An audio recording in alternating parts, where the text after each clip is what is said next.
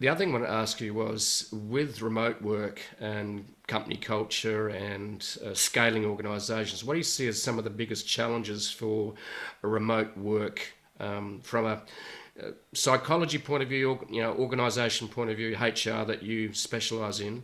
What do you see some of the big challenges with remote work and how can you overcome them? Yeah. Well, first, there's a lot of noise. There's a lot of interest in, I need to frame that in a non-judgmental way, in the stress level that's being created by remote work, people working more time. There's no commute, but you're working longer hours Mm, and people are getting, Zoom fatigue.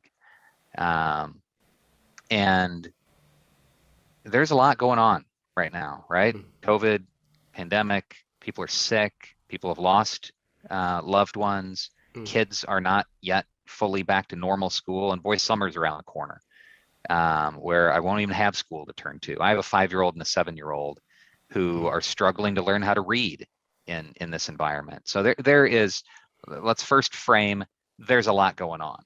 mm, Um, and I think that mental health focus is getting a lot of attention. mm, Um, and so that is a factor in the world of remote work. Now, how relevant will that ultimately be? I'm not sure. mm, I'm not sure. There's stress in the work world. Once we get the pandemic and COVID largely behind us, I think there will be a normalization, and kids back in school, and hopefully, people not dying from this dread disease. Um, but in a remote and distributed environment, I think this mental health aspect will be something that could be attended to, but it won't be on the top three list. mm. I think number one, two, and three will be productivity. Yep.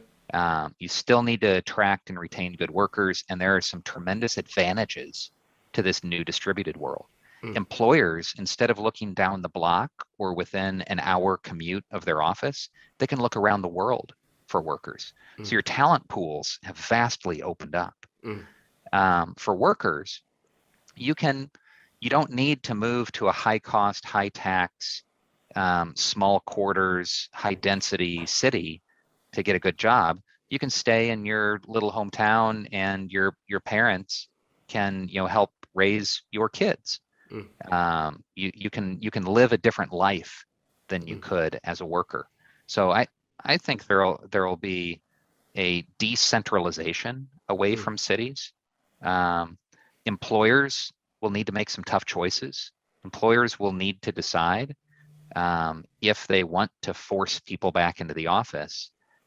They may have trouble attracting and retaining good talent. mm, So there will be this pull from workers, where it's still a talent led market. The candidates, the employees still, I would argue, have more power than the employers mm, today.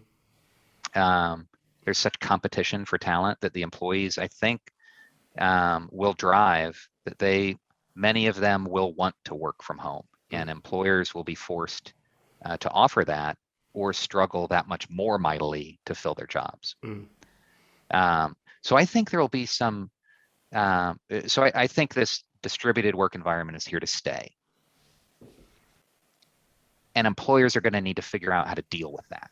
Mm, And that means they're going to need to figure out how to communicate clearly what people should be working on, yep. and understand with more confidence whether people are on track or off track, or how they're doing.